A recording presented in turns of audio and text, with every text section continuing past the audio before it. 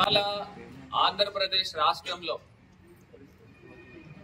నిన్నే మా బుగ్గన రాజేంద్రనాథ్ రెడ్డి గారు నేను చెప్పిన అంశం బహుశా అందరూ కూడా చూసుంటారు. చంద్రబాబు నాయుడు గారు, అయ్యా ముఖ్యమంత్రి గారు, మీ సంపద సృష్టి ఎక్కడికి వెళ్ళిపోయిందని అడుగుతా ఉన్నా. మీరు చెప్పారు కదా, నేను డబ్బులు ఎక్కడి నుంచి తీసుకొస్తానో జగన్మోహన్ రెడ్డికి ఎందుకు, నేను సంపద సృష్టిస్తాను అని చెప్పిన ఈ వ్యక్తి, ఈ పెద్ద మనిషి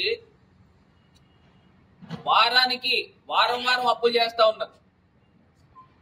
నేను అడుగుతా ఉన్నాం, ఇప్పుడు ఏదైతే ఈ సోకాల్డ్ మేధావులందరూ కూడా గతంలో చెప్పారు, ఆంధ్రప్రదేశ్ రాష్ట్రాన్ని శ్రీలంక చేసేస్తున్నారు, అప్పులమయం చేసేస్తున్నారని.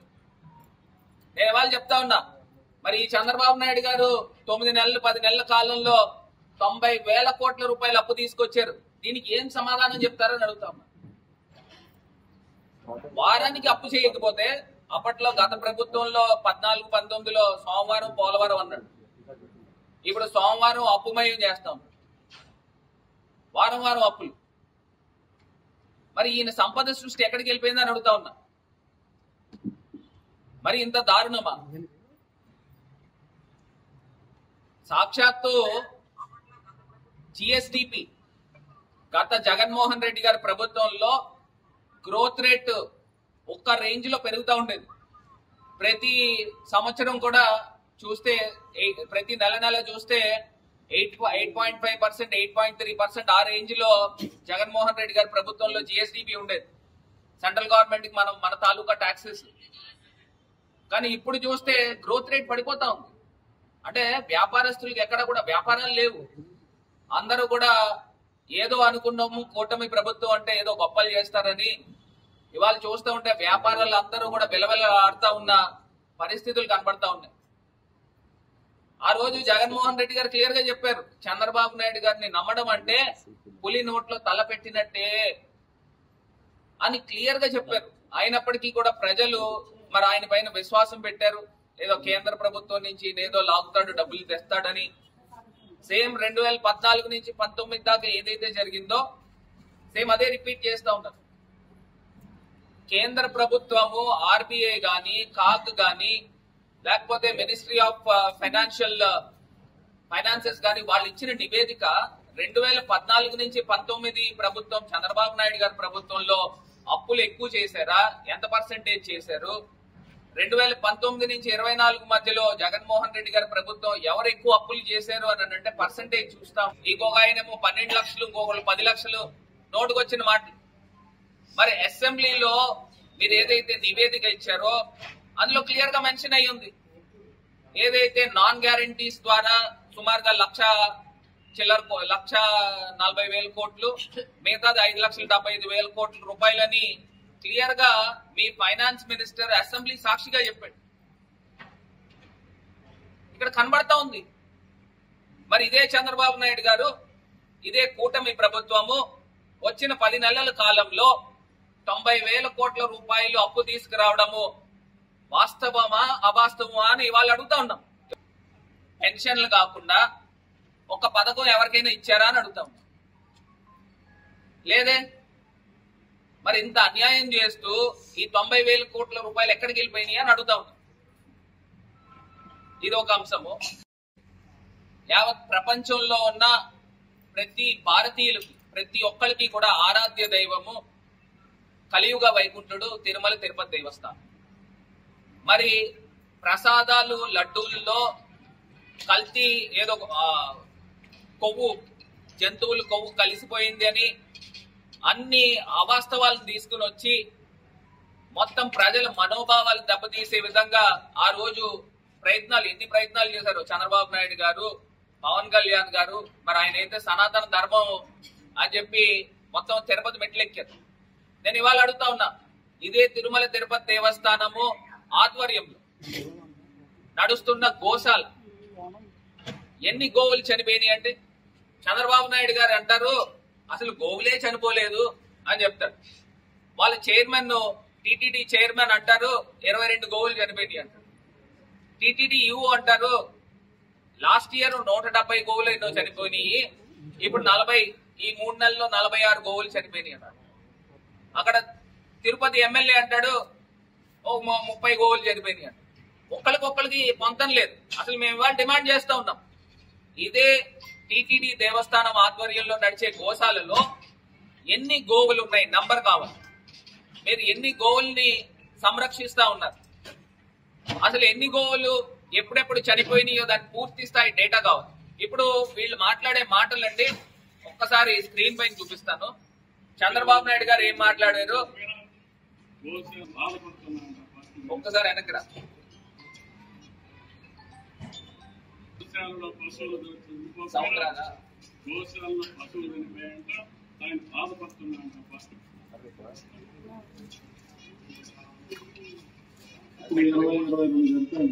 ఇప్పుడు అసత్యాలు మాట్లాడుతున్నాం. 300 ఆవులు చనిపోయినాయనేసి ఫోటోలు తీసి ప్రెస్ లో మాట్లాడుతున్నాం, పత్రికలు ఇస్తున్నాం. కేవలం 40 నుంచి 42 ఆవులే ఈ చనిపోయారు. ఈ 2 సంవత్సరాల్లో 3 సంవత్సరాల్లో చనిపోయినాయి లెక్కలు ఉన్నాయి. ఏ ఆవు చనిపోయి ఎన్ని ఆవులు ఉన్నాయి, ఎన్ని చనిపోయాయి లెక్కలు ఉన్నాయి. గోవులు చనిపోయాయని ఇంకా చనిపోయాక జనవరి, ఫిబ్రవరి, మార్చి నెలలో 43 గోవులు చనిపోయాయి. ఏ గోశాలైనా అనారోగ్య కారణాలతో చనిపోతాయి. ఏ గోశాలైనా సరే అనారోగ్య కారణాలతో గోవు చనిపోతాయి. మన గోశాల కాదు, మీరు ఏ గోశాలకు వెళ్ళినా సరే ఖచ్చితంగా దాంట్లో ఇన్ఫెక్షన్స్ లేదా ఒకటి మాత్రం కనుక్కున్నాం. గోశాలలో పశువులు చనిపోకపోయినా గోశాలలో పశువులు చనిపోయాయంట. ఆయన బాధపడుతున్నాయంట పార్టీ వైఎస్ఆర్ కాంగ్రెస్ పార్టీ. ఇప్పుడు ఆయన చెప్పం చూడండి, నాకు ఒకటి అర్థం కావట్లా, ఎందుకు ఇక్కడ ఎవరు అబద్ధాలు ఆడుతున్నారని అడుగుతున్నారు. చంద్రబాబు నాయుడు గారు డైరెక్ట్ గా అబద్ధం ఆడేస్తున్నారు. గోశాలలో గోవులు చనిపోకపోయినా చనిపోయినాయి అని చెప్తా ఉన్నారు. ఆయనకు బాధ కలిగిందంట, జగన్మోహన్ రెడ్డి గారికి బాధ కలిగింది. మరి బాధ కలగదా అండి? నాకు అర్థం కావట్లా. మరి సనాతన ధర్మం ఏమైపోయిందని అడుగుతా ఉన్నా. సాక్షాత్తు ఎక్కడో కాదు, తిరుమల తిరుపతి దేవస్థానం మెయింటైన్ చేసే గోశాల అంటారు. ఏ జబ్బులు చేయవా, చనిపోవా అంటే ఇలాగా 100 కొద్ది గోవులు చనిపోతాయండి ఎక్కడైనా? మాకు తెలియదండి గోశాలలో ఎలా చనిపోతాయో. వృద్ధాప్యంలో ఉంటే ఇదిగోండి ఈ అన్ని ఒకసారి అలా పెట్టి అది ఆ తాలూకా పరిస్థితులు కనపడతాం. ఇది అక్కడ ఉన్న గోవుల పరిస్థితి. ఫోటోలు ఎక్కడి నుంచో తీసుకొచ్చినవి కాదు, అక్కడ కరెక్ట్ గా గోశాలలో జరిగిన ఫోటోస్, తీసిన ఫోటోస్. మరి ఇంత దారుణమైన చాలు మరి కనబడతా ఉన్నప్పుడు మరి సనాతన ధర్మ పరిరక్షకులుగా మరి ఆయన పవన్ కళ్యాణ్ గారు చెప్తా ఉన్నారు కదా, మరి ఆయన ఎందుకు స్పందించలేదని అడుగుతున్నారు. దీనికంటే ఒక ఫుల్ స్టాప్ పెట్టాలి కదండి. ఇంత దారుణమా, ఇంత అన్యాయమా? దీనికి పూర్తి స్థాయిగా ఒక విజిలెన్స్ ఎంక్వైరీ చేయండి. దీనికి బాధ్యులు ఎవరు? ఖచ్చితంగా తిరుమల తిరుపతి దేవస్థానం బాడీ అవుతుంది. చైర్మన్ తో పాటు అక్కడ ఉన్న సభ్యులందరూ అవుతారు, దాంతో పాటు ఈవో కూడా అవుతాడు. ఈ అందరికి బాధ్యత ఎవరు వహించాలంటే వీళ్ళు వహించాలి. మరి దీనికి ఏం సమాధానం చెప్తారు? ఇదే చైర్మన్ గారు గతంలో ఏం చెప్పాడండి, తొక్కిసలాట జరిగితే క్షమాపణ చెప్పడంలో వచ్చిన నష్టమేం లేదు, ఒకవేళ క్షమాపణ చెప్తే పోయిన ప్రాణాలు తిరిగి వస్తాయంటే చెప్తాను అని. ప్రాణాలకి ఏ రకమైన, మనుషుల ప్రాణాలకి ఏ రకమైన విలువిచ్చాడో ఆ చైర్మన్ గారు ఆయన చెప్తా ఉన్నాడు. చంద్రబాబు నాయుడు గారు ఏమో అది చనిపోలేదు అని చెప్తా ఉన్నాడు. వీళ్ళేమో ఇక్కడ ఆ లెక్కలతో ఒక్కొక్కటి నోటుకు వచ్చింది ఒక్కొక్కరు చెప్తా ఉన్నారు. ఇంత దారుణమైన దుర్భరమైన పరిస్థితి అక్కడ గోశాలలో ఉంది. హిందూ మత పరిరక్షకులుగా ఉన్న ప్రతి ఒక్కరు కూడా, హిందూ అనే కాదండి ప్రతి ఒక్కరికి కూడా ఇది మానవత్వం. ఆవుల్ని మనం అందరం కూడా ఆరాధ్య దైవంగా మనం పూజిస్తూ ఉంటాము. మరి ఆవులు గోవులు ఇంత దుర్భరమైన పరిస్థితుల్లో ఉన్నాయి అని అంటే ప్రతి ఒక్క పౌరుడి యొక్క బాధ్యత కూడా అని ఈ సందర్భంగా గుర్తుకు చేస్తాం. నేను అడుగుతా ఉన్నానండి, ఇదే ప్రభుత్వంలో కందుకూరి వీరేశలింగం పంతులు గారికి ఏ పార్టీ గౌరవం ఇస్తున్నారు అని అడుగుతున్నాను. ఇక్కడ రాజమహేంద్రవరం వేదికగానే చెప్తా ఉన్నాం, ఆయన ఇదే గ్రామాన్ని ఇదే నగరానికి సంబంధించిన మహోన్నతమైన వ్యక్తి, సంఘ సంస్కర్త. కోటిపల్లి బస్టాండ్ లో ఇదే కందుకూరి వీరేశలింగం పంతులు గారి యొక్క విగ్రహం ఉండేది. సెంటర్ లో మకటం లేని మహారాజు లాగా సెంటర్ లో కూర్చునేవాడు. అంటే నేను కూడా చూడలేదు యాక్చువల్ గా, అందరూ చెప్తా ఉన్నా. ఆ స్థానంలో కందుకూరి వీరేశలింగం పంతులు గారి విగ్రహాన్ని తీసేసి ఎన్టీ రామారావు గారి విగ్రహం పెట్టారు. నేను అడుగుతా ఉన్నా, ఎవరు గొప్పవారండి? కందుకూరి వీరేశలింగం పంతులు గారు గొప్పవారా, మరి ఎన్టీ రామారావు గారు గొప్పవారా అని అడుగుతా ఉన్నా. ఎవరు గొప్పవారు అని అడుగుతున్నా. ఇక్కడ గొప్పవారు అనే పాయింట్ కూడా పక్కకు తీసేయండి. ఎన్టీ రామారావు గారు కూడా పెద్ద ఆయనే, గొప్ప వ్యక్తే. కాకపోతే కందుకూరి వీరేశలింగం పంతులు గారిని అగౌరవపరచడం ఎందుకో అని అడుగుతున్నా. ఈ తెలుగుదేశం పార్టీ నాయకులను అడుగుతా ఉన్నా, మీరు ఆ విగ్రహం తీసి ఈ విగ్రహం పెట్టడంలో ఆంతర్యం ఏమిటి అని అడుగుతాం. దానికి సమాధానం చెప్పాలి. రాజమహేంద్రవరంలో ఉన్న మేధావులందరూ కూడా, వారిని కాదు ఆంధ్రప్రదేశ్ వ్యాప్తంగా నేను అడుగుతా ఉన్నా, ఇంత అన్యాయం ఎందుకు చేస్తా ఉన్నారు? ఇది ఒక అంశం పక్కన పెడితే, రెండోది ఆంధ్రకేసరి టంగుటూరి ప్రకాశం పంతులు గారు, ఆయన పేరు మీద పార్క్ ఉండేదండి. ఇక్కడ హ్యాపీ స్ట్రీట్ లో ఏకేసి కాలేజ్ కానుకుని ఆయన పేరు మీద పార్క్ ఉండేది. ఆయన పార్క్ లో తీసుకుని వెళ్ళి ఎన్టీ రామారావు గారు విగ్రహం పెడతాం. ఆ పార్క్ కి మళ్ళీ ఎన్టీ రామారావు పార్క్ అని పెడతా ఉంటాయి. నేను అడుగుతా ఉన్నా, ఎవరు గొప్పవారని అడుగుతున్నా. అందరినీ ఆలోచన చేయమని కోరుతా ఉన్నా. ఆంధ్రకేసరి ప్రకాశం పంతులు గారు గొప్పవారా, ఎన్టీ రామారావు గారు గొప్పవారా? అసలు ఇంత దారుణమైన పరిస్థితులు రాజమండ్రిలో జరుగుతూ ఉన్నాయి. కళలకు పుట్టినీళ్ళైనా రాజమహేంద్రవరంలో జరుగుతూ ఉన్నాయి. ఇంత గొప్ప వ్యక్తులు జన్మించిన నేలలో వీరికి అవమానం జరుగుతూ ఉంది. ప్రకాశం పంతులు గారు ఇక్కడే రాజమండ్రి ఆర్ట్స్ కాలేజీలోనే ఆయన లెక్చరర్ కింద పనిచేసినట్టున్నారు. మరి ఇంత దారుణమైన పరిస్థితులు ఆంధ్రప్రదేశ్ రాష్ట్రంలో జరుగుతూ ఉంటే మరి ఎంత దారుణమండి? ఇంత అవమానం చేస్తారా మీరు? ఆ పార్క్ కి మున్సిపల్ కార్పొరేషన్ లో రిజల్యూషన్ చేస్తారా? రిజల్యూషన్ చేసి అది ఎన్టీ రామారావు పార్క్ కింద మారుస్తారా? మరి అవమానించినట్టు కాదా? సరే, ఎవరు గొప్పవారు అనేది పక్కన పెడితే, మీరు ఇంకొక పార్క్ నిర్మాణం చేయండి, ఎవరొద్దన్నారండి?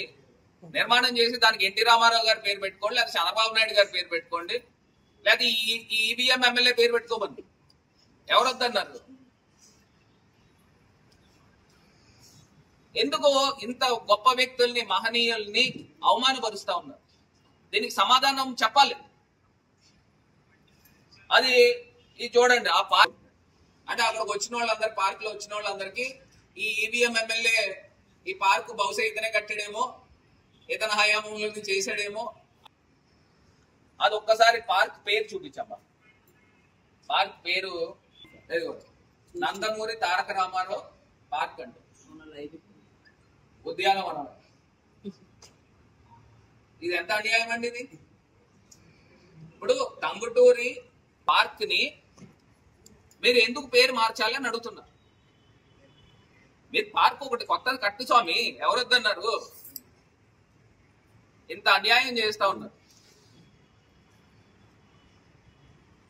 ఇది పక్కన పెడితే అక్కడ బహుశా మీరు చూసే ఉంటారు, అక్కడ నేను కప్పు సాసర్ పెడితే దాన్ని కనీసం నీళ్ళెట్టి కడిగిన సందర్భాలు ఉండవు.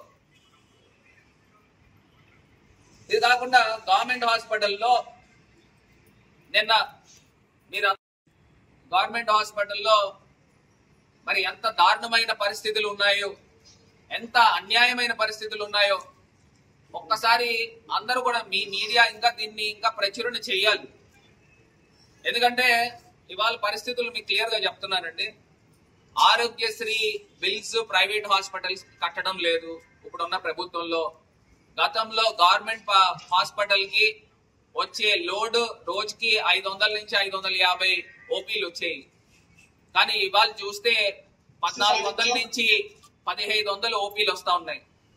అంటే ఎవరైనా ప్రైవేట్ హాస్పిటల్కి వెళ్తే ఆరోగ్యశ్రీ లేదు పండే అని చెప్పేసి బయటికి పంపించే పరిస్థితులు. మరి అక్కడ లోడ్ అంతా కూడా గవర్నమెంట్ హాస్పిటల్ పైన లోడ్ వస్తా ఉంది. అప్పటికి ముందు చూపుతో జగన్మోహన్ రెడ్డి గారు మెడికల్ కాలేజ్ నిర్మాణం చేస్తా ఉన్నారు. ఆల్రెడీ 2 అకాడమిక్ ఇయర్స్ రన్నింగ్ లో ఉన్నాయి. అక్కడ ఉన్న స్టూడెంట్స్ అందరూ కూడా ఇక్కడ అసిస్ట్ చేస్తున్నారు. అంటే సుమారుగా 200 మంది పైచిలకు స్టూడెంట్స్ వచ్చి ఇక్కడ అసిస్ట్ చేస్తున్నారు. లేకపోతే ఈ పరిస్థితులు ఇంకెంత దారుణంగా ఉండవు. మరి అక్కడ నిన్న చూస్తే సోషల్ మీడియాలో మొత్తం వైరల్ అవుతా ఉంది గవర్నమెంట్ హాస్పిటల్ తాలూకా పరిస్థితులు. అక్కడ మార్చరీ దగ్గర పోస్ట్ మార్టం చేయాలనంటే లంచాలు. భారతీయుడు సినిమా ఉత్తినే చూపించలే. ఇక ఇలాంటి ప్రభుత్వాలు ఉండడం వల్లనే ఇంత దారుణమైన పరిస్థితులు కనబడతా ఉన్నాయి. మరి అక్కడ ఉన్న పేషెంట్స్ తాలూకా పరిస్థితులు ఏ రకంగా ఉన్నాయి నేను అంతా కూడా ఎక్స్ప్లెయిన్ చేశాము. ఇప్పటికైనా గవర్నమెంట్ ఇమీడియట్ గా దీనిపైన ఒక రివ్యూ తీసుకోండి.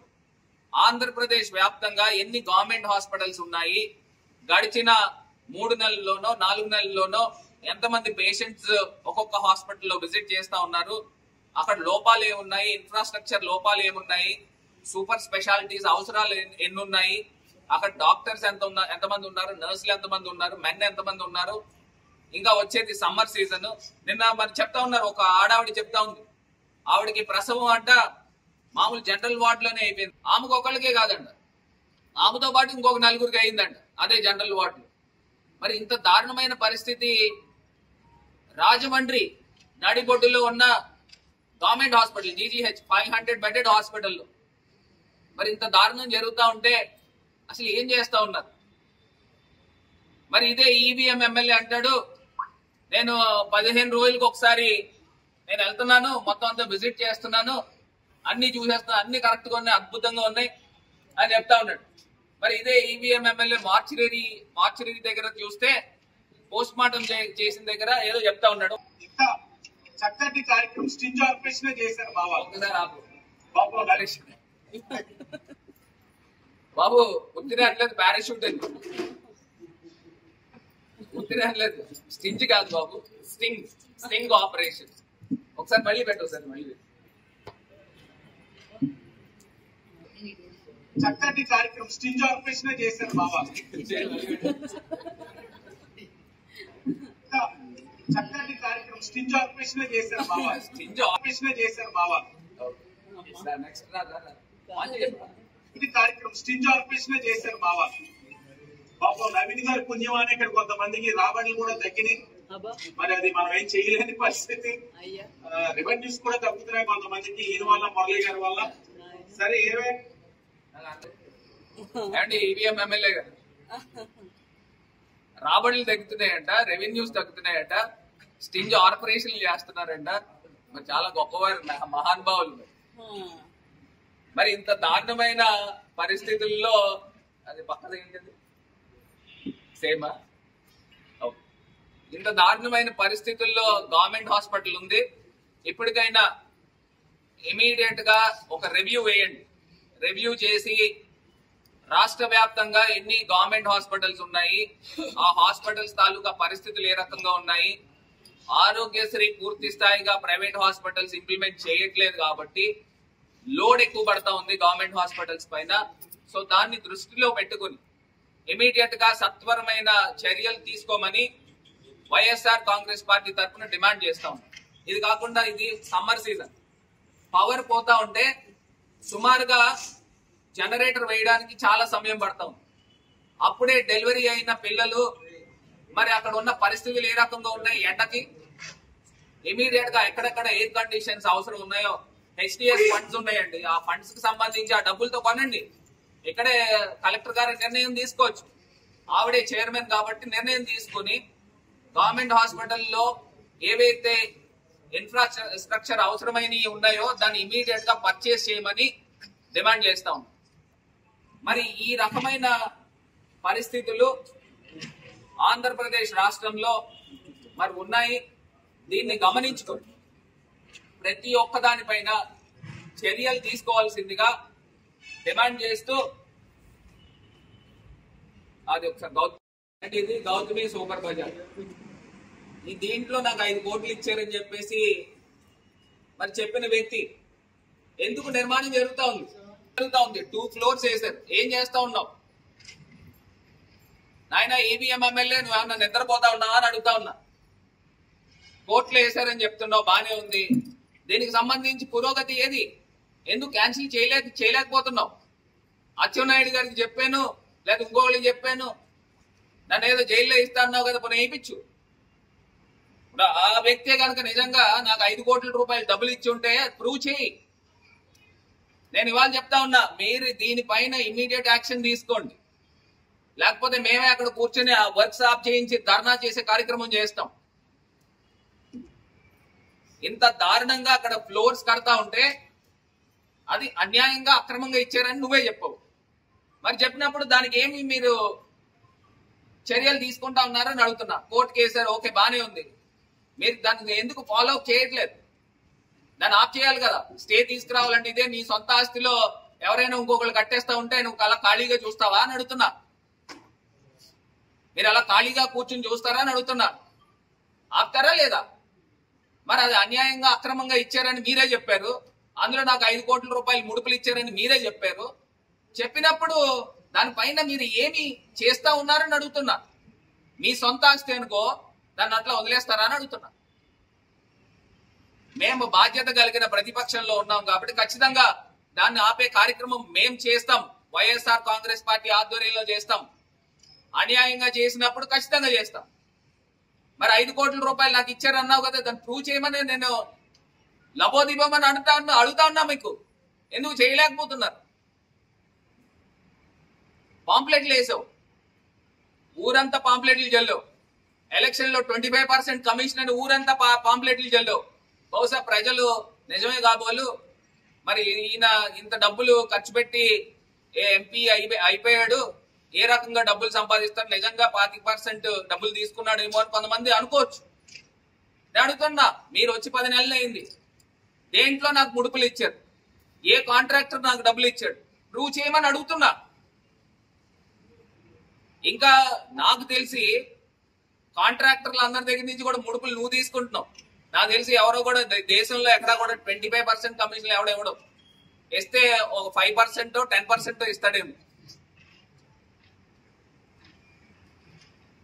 మా ప్రభుత్వంలో నా హయాంలో నాకు ₹1 అయినా 1 రూపాయి అయినా నిరూపించవయ్యా అని చెప్తా ఉన్నా. మీకు 10 నెలలు అయింది, ఎందుకు చేయలేకపోతున్నావు? ఇదే మీడియాని తీసుకుని వెళ్ళి దీనికి కూడా కార్యాచరణ ప్రకటించి గౌతమి సూపర్ బజార్ దగ్గరికి వెళ్ళి ధర్నా దిగుతాము. అసలు ఏ వ్యక్తికి ఈ లీజ్ వెళ్ళింది, ఆ వ్యక్తి ఎవడో కూడా నాకు తెలియదు. నాకు 5 కోట్లు ఇచ్చాడు కదా, నేను అతను నేను నుంచోబడతాను. ఏమయ్యా నువ్వు నాకు 5 కోట్లు ఎక్కడ ఇచ్చావు? నేను అక్కడికి వెళ్తాను, అక్కడికి వెళ్ళి పిలిపించి మీడియా ముఖంగా నేను అడుగుతాను. స్వామిమాల వేసుకుని ఇన్ని పచ్చి అబద్ధాలు ఆడుతా ఉన్నావు. పైన దేవుడు ఉంటాడు కదా, అన్ని చూస్తూ ఉంటాడు కదా. స్వామిమాల వేసుకుని ఇన్ని పచ్చి అబద్ధాలు. జరగని మాఫియా అంటూ లేదు ఊర్లో. భూ మాఫియా జరుగుతుంది, శాండ్ మాఫియా జరుగుతుంది, లిక్కర్ మాఫియా జరుగుతుంది. ప్రతి ఇంటింటికి బెల్ట్ షాపులు, ఎక్కడ పడితే అక్కడ వెచ్చలవిడిగా బెల్ట్ షాపులు, ప్రతి దాంట్లోనూ పర్సంటేజ్లే. ఇక్కడండి లాలా చెరువు జంక్షన్ దగ్గర హోండా షోరూమ్ కి ఎదురుగుండా లోపల ఆ సైడ్ ఫోటో ఉందా, అది కూడా చూపిస్తాను. సుమారుగా 1300 గజాలు. అది 1970లో అంట ఎవరో ఒక ఆడావిడి, విజయనగరం ఆడావిడికి ఒక గిఫ్ట్ డీడ్ ఇచ్చారంట, అన్రిజిస్టర్డ్ గిఫ్ట్ డీడ్. దాని నుంచి వాళ్ళ మనవరాలకంట అది రిజిస్టర్డ్ గిఫ్ట్ డీడ్ కిందన ఆ స్థలం ఇచ్చేసారు. ఎవరో ఒక షెడ్యూల్ కాస్ట్ కి సంబంధించి ఒక లేడీకి గిఫ్ట్ డీడ్ ఇచ్చారంట, విజయనగరం సంబంధించి. దాన్ని ఇప్పుడు తీసుకుని వచ్చి భూమాఫియా, ఆ భూమాఫియాలో ఎమ్మెల్యే గారి పాత్ర ఏంటని అడుగుతా ఉన్నా. ఈవీఎం ఎమ్మెల్యే పాత్ర ఏంటని అడుగుతాం. మీ కనుసన్నల్లో జరగట్లేదని అడుగుతా ఉన్నా. ఇదిగోండి ఇదే సృష్టించి కోర్టు నోటీసులు ఇప్పించారు. సుమారుగా 7 కోట్ల రూపాయలు భూమి అంట. ఇది కొంచెం కిందకి రాదు. దాని తర్వాత మోడల్ కాలనీలో మున్సిపల్ కార్పొరేషన్ కి సంబంధించి ఒక 500 గజాల స్థలం ఉంది. దానిపైన కూడా కన్నేశారు. ఈ రకంగా భూమాఫియా జరుగుతూ ఉంది. అంటే ఈ రకమైన భూమాఫియా అడ్డగోలుగా నేను మొన్న పందిరి మహాదేవుడి సత్రానికి సంబంధించి 4 ఎకరాలు జేఎన్ రోడ్ లో అది నేను అడ్డుకోకపోయి ఉంటే ఈ పాటికి అప్పనంగా కొట్టేసే పరిస్థితులు. అదే విధంగా ఇప్పుడు ఈ లాలా చెరువు స్థలాన్ని కూడా కాపాడే కార్యక్రమం చేస్తాం. మన కలెక్టర్ దగ్గరికి వెళ్లి కలెక్టర్ గారికి వినతి పత్రం ఇచ్చాం. మీరు ఇమీడియట్ గా దీనిపైన ఎంక్వైరీ చేయండి. మాకు తెలిసి ఇది ప్రభుత్వము మిగులు భూమి. ఆ 1350 గజాలు నాకు తెలిసి గజము ఎంత తక్కువ వేసుకున్నా 70-80 వేల రూపాయలు ఉంటుంది. హైవేకి సెకండ్ బిట్ ఎలా చూసుకున్నా ఒక 7-8 కోట్ల రూపాయలు విలువ ఉండే స్థలాన్ని ఇలాగ అప్పనంగా దొంగలించే కార్యక్రమం చేస్తా ఉన్నారు. ఇది కాకుండా గోదావరి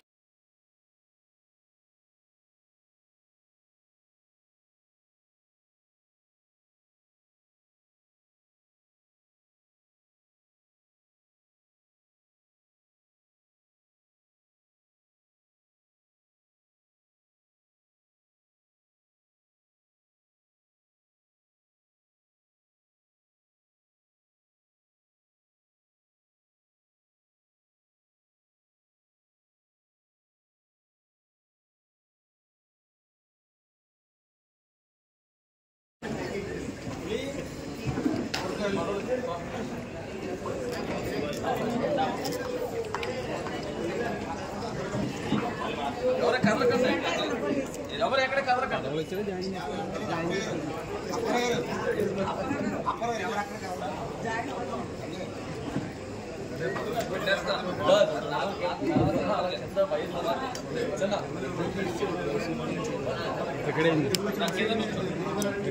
పెట్టి కింద నుంచుండి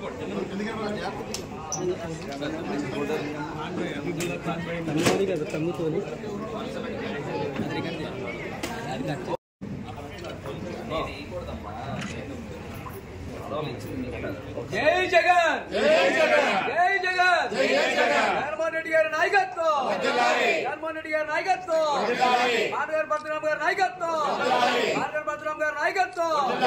జై జగన్, జై జగన్, జై జగన్, జై జగన్, జై జగన్, జై జగన్. భరతన్న నాయకత్వం, భరతన్న నాయకత్వం, జిల్లా టైగర్ భరతన్న నాయకత్వం. వర్యులు వైఎస్ఆర్ కాంగ్రెస్ పార్టీ అధ్యక్షులు ఆయన జగన్మోహన్ రెడ్డి గారు రాజమహేంద్రవరానికి సంబంధించి వివిధ అనుబంధ విభాగాలు, అదేవిధంగా తూర్పు గోదావరి జిల్లా నుంచి ఒక 3 అనుబంధ విభాగాలకి రాజమహేంద్రవరం నగర వైఎస్ఆర్ కాంగ్రెస్ పార్టీ కార్యకర్తలకి మరి అవకాశం కల్పించడం జరిగింది. వీరందరికీ కూడా ఒక్కటే విజ్ఞప్తి చేస్తా ఉన్నా, మీరందరూ కూడా ఇప్పుడు మనం ప్రతిపక్షంలో ఉన్నాము, దీన్ని బాధ్యత తీసుకుని మీరందరూ కూడా పార్టీ యొక్క గెలుపుకి, పార్టీ యొక్క పటిష్టతకి కృషి చేయాల్సిందిగా మరి ఇక్కడ ఉన్న అనుబంధ విభాగాల అధ్యక్షులందరినీ కూడా కోరుతా ఉన్నా, మీ విభాగాలకు సంబంధించి దీన్ని ఒక కమిటీ కింద ఏర్పాటు చేసి మిమ్మల్ని అందరినీ కూడా యూత్ ఉందంటే ప్రతి వార్డులోనూ యూత్ కమిటీ, బీసీ ఉందంటే బీసీ ప్రతి వార్డులో, మహిళ, అలా ఎస్సీ కమిటీ, మైనారిటీ కమిటీ, ఇట్లాగా ప్రతిదీ కూడా ప్రత్యేకించి మున్సిపాలిటీ కూడా ఒక ప్రధాన భూమిక ఉంది. ఎందుకంటే 42 వార్డులు ఉన్నాయి. ఆ 42 వార్డులు మనకి ఇక్కడ పంచాయతీలు ఏం లేవు. ఆ 42 వార్డులకి సంబంధించి మున్సిపాలిటీకి సంబంధించి మరి మద్యపారావు పైన ఇంకా బాధ్యత ఎక్కువ ఉందని కూడా మీకు అందరికీ తెలియపరుస్తూ, ఇది కాకుండా పార్టీలో అంకిత భావంతో పనిచేసిన ప్రతి ఒక్కరిని కూడా గుర్తించి వారి యొక్క స్థితి, వారికి ఉన్న పొజిషన్స్ బట్టి ఖచ్చితంగా స్టేట్ కమిటీలోను జిల్లా కమిటీలోను వీళ్ళందరినీ కూడా అకామిడేట్ చేస్తాము. ఎవరు కూడా నిరుత్సాహపడద్దని కూడా ఈ సందర్భంగా తెలియపరుస్తూ ఖచ్చితంగా జగన్మోహన్ రెడ్డి గారి దృష్టికి తీసుకెళ్లి వీళ్ళందరికీ కూడా సముచిత స్థానం కల్పించి పార్టీ బలోపేతానికి మీరందరూ కూడా కృషి చేయాల్సిందిగా ప్రతి ఒక్కరిని కూడా కోరుతాం. ఇది కాకుండా త్వరలోనే వార్డు స్థాయి కూడా ప్రతి వార్డులోనూ యాక్టివ్ గా ఉన్న వ్యక్తుల్ని ఎవరైతే యాక్టివ్ గా లేరో వాళ్ళందరినీ కూడా యాక్టివ్ చేసే కార్యక్రమం చేస్తాము. ఒకవేళ నిజంగా యాక్టివ్ గా మీకు పనిచేయలేదు అని భావిస్తే ఖచ్చితంగా కొత్త వ్యక్తుల్ని నియమించే కార్యక్రమం కూడా చేస్తాము. ఏది ఏమైనప్పటికీ కూడా అంతిమంగా వైఎస్ఆర్ కాంగ్రెస్ పార్టీ రాజమండ్రి సిటీలో బలోపేతం చేసేదానికి అందరూ కూడా ముందుకు వెళ్ళాలి అని చెప్పి ఈ సందర్భంగా తెలియపరుస్తూ ప్రతి ఒక్కరిని కూడా తమ తమ వార్డ్స్ లో ఇంకా ప్రతిపక్షము ఉన్నాము, ఇంకా 4 సంవత్సరాల ఎలక్షన్ ఉంది. అయినప్పటికీ కూడా ఇప్పటి నుంచి కూడా రేపు మున్సిపల్ కార్పొరేషన్ ఎన్నికలు జరిగినా ఏ ఎన్నికలు జరిగినా అందరూ కూడా సంసిద్ధంగా ముందు వార్డ్స్ లో బలోపేతం చేసే విధంగా ముందుకు రావాలని కోరుతాం. నాయకత్వం